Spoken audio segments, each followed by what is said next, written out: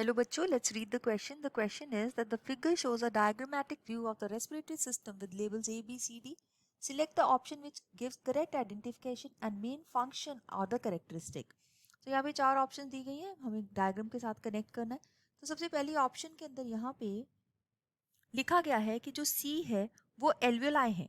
सो C जो है alveoli और इसका लिखा गया कि ये thin walled vascular bag like structure है फॉर एक्सचेंज ऑफ गैसेस. तो ये बिल्कुल ठीक यहाँ पे दिया गया है कि ये सी जो है ये एल्वियोलाई है, ये करेक्ट है. तो ये ऑप्शन को हम करेक्ट मार्क कर सकते हैं. जो सी यहाँ पे रिप्रेजेंट कर रहे हैं वो एल्वियोलाई रिप्रेजेंट कर रहे हैं.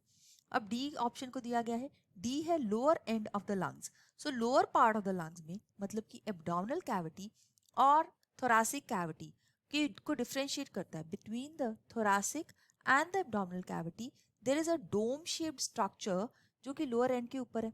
इन्होंने लिखा है diaphragm pulls it down during the inspiration. ये भी बिल्कुल ठीक है क्योंकि इंस्पिरेशन के टाइम पे अंदर की वॉल्यूम जो है वो इंक्रीज करनी है ताकि प्रेशर डिक्रीज हो जाए.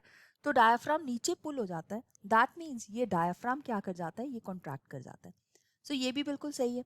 अब थर्ड लिखते हैं trachea long tube supported by complete cartilaginous rings for conducting inspired air. ये जो कार्टिलेजिनस रिंग्स होती हैं ये प्रिवेंट करती हैं कोलैप्स और ये इनकम्प्लीट होती हैं और होती भी हैं सी शेप्ड. तो ये ऑप्शन जो है ये स्टेटमेंट गलत रॉन्गली मैच की गई है.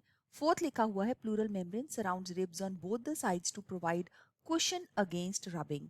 तो जो प्लूरल मेम्ब्रेन है वो सराउंड करती है लंग्स को, ना कि रिब्स को. सो यहाँ पे ये दो ऑप्शंस हैं जो गलत दी गई हैं जबकि दो ऑप्शंस करेक्ट दी गई हैं. सो सी जो यहाँ पे रिप्रेजेंट कर रहा है ये बेसिकली द एल्वियोलाई है और डी जो यहाँ पे रिप्रेजेंट कर रहा है ये डोम शेप स्ट्रक्चर ये है डायफ्राम.